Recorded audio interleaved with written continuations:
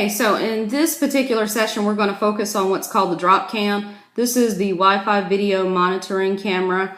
It's great for home, baby, pet, business, and other purposes that you can think of. If I were to turn the box around to the side, you can see that it says it's supposed to have a 60-second setup, and it provides a cloud video service and high-definition video. Also, some of the features involve night vision, and this allows you to keep an eye on things even if it's dark. It's supposed to have intelligent alerts so that it can detect motion and sound. It's also good for mobile and web apps so that you can remotely watch from your device, meaning you don't have to be right there in order to see what's going on. It does have a cloud recording it's a cloud video recording that's optional, and that way you can review and make clips of recorded video. And the latter part of it is just making sure that you understand that it does connect directly to your mic and speaker, so it has two-way audio. This is going to slide off top here, like so. And on the side, it's still sealed, so you'll just go in and remove the seal from the box.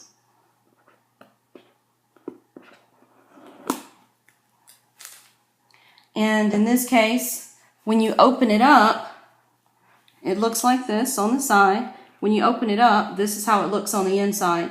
So it has nice packaging, and it has a little seal over here over the top, a little plastic seal on top of the Dropcam area that says hello. In this case, what I'm going to do is pull this forward. And when I do, I can clearly tell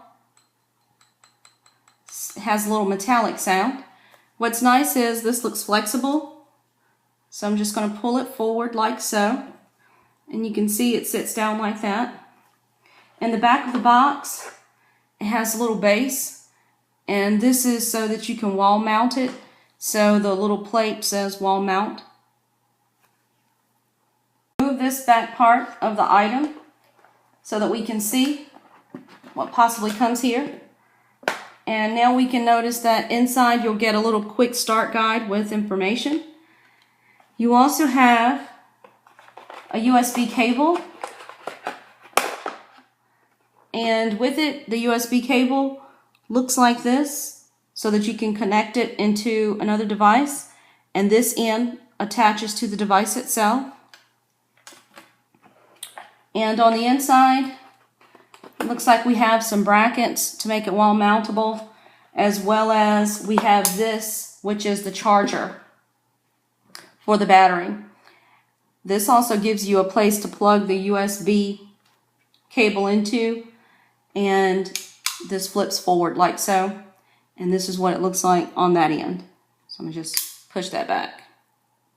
To the instructions, the first thing we're going to do is connect this USB part of the cable, the small end, and we're going to put it into the back of the USB slot for the camera. So I'm going to slide it in like this. And there's only one way to insert it.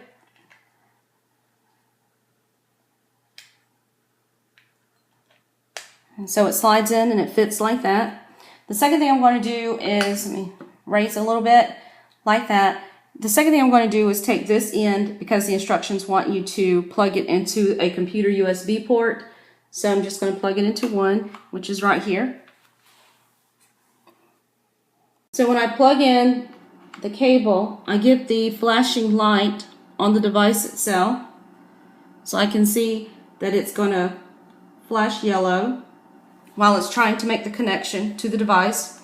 In this case, this pops up on the computer screen that says Set Up Dropcam. And what I'm going to do is double click on Open Folder to view files. So I'm going to tap here. That opens up this particular screen. And when I look at it, it points out that in this autoplay window, it points out that I should actually go to my computer and find the launch icon. And so what I'm going to do is I'm going to tap this close, and I'm going to open up my computer. So I'm opening up computer here, and I can see right here that it says under devices with removable storage. I'm going to tap this one with this particular icon, so I'm going to tap Set Up Dropcam. So when I double click it, I go back to this same window and I double click Set Up Dropcam for Windows. In this case, I'm going to tap to minimize this screen. In your window, you'll see where it says congratulations on your new camera.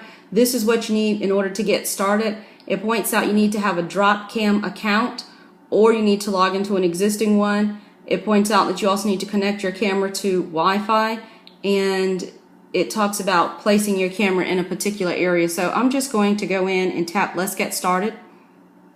And what I'm going to do is pause the screen right now so that I can create an account.